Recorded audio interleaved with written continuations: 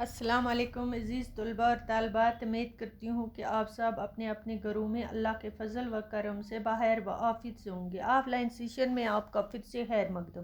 پیارے بچوں، ہم جماعت 7ویں اردو پڑھ رہے ہیں۔ مضمون ہمارا ہے ماحولیاتی توازن کیوں اور کیسے، یعنی ماحولیاتی توازن کے بارے میں ہم نے پڑھا کہ اب ماحولیاتی توازن بگڑ چکا ہے، وقت پہ برف نہیں پڑتی ہے، گرمیاں کا موسم ہوتا ہے تو شدید گرمی ہوتی ہے، سردی کا موسم ہوتا ہے شدید سردی ہوتی ہے، دریاؤں کا پانی گندلا ہو گیا ہے، شفاف پانی کے چشمے اب سوکھ گئے ہیں۔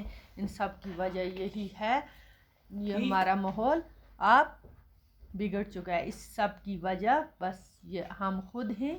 اس میں ایک عناصر میں جو قدرتی توازن تھا وہ اب بگڑ چکا ہے، اس کے ہم سب ذمہ دار ہیں۔ تو اس سے آگے ہم نے کل پڑھا تھا کہ پچھلے 1.5 صدی میں انسانی آبادی جس رفتار سے بڑھتی ہے اسی رفتار سے انسان کی ضرورتیں بھی بڑھ گئی ہیں۔ بچوں آگے پڑھتے ہیں پیج نمبر 12 پر۔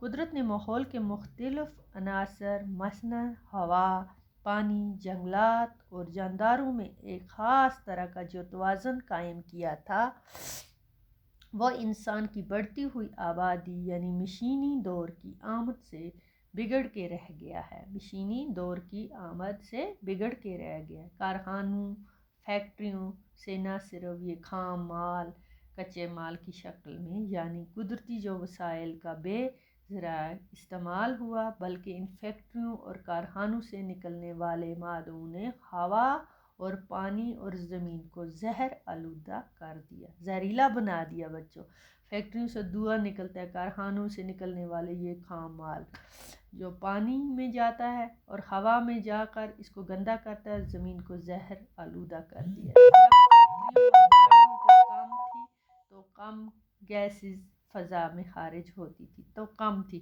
اور یہ تھوڑی سی مقدار بہت جلد ہوا میں تحلیل یعنی مل جاتی تھی، ہلکی ہو جاتی تھی، اتنی ہلکی ہو جاتی تھی کہ ان کا زہریلا پن ختم ہو جاتا تھا۔ لیکن بچوں اب صورتحال مختلف ہے۔ اب اتنی زیادہ مقدار میں یہ گیسز ہوا میں خارج ہوتی ہیں اور ان کا پھیلنا تحلیل ہونا ناممکن ہے، بہت زیادہ ہوتی ہیں۔ نتیجہ یہ نکلتا ہے کہ یہ زہریلی گیس خطرناک حد تک ہوا میں جمع ہو رہے ہیں۔ ایسی ہوا میں جب ہم سانس لیتے ہیں بچوں تو یہ سب کیمیائی مادے ہمارے جسم میں داخل ہو جاتے ہیں۔ گاڑیوں اور فیکٹریوں سے خارج ہونے والی گیسوں میں زیادہ مقدار carbon monoxide, nitrogen oxide, sulphur dioxide, carbon dioxide gas کی ہوتی ہے۔ تو بچوں آج اتنا کافی آپ کے لیے، کل آگے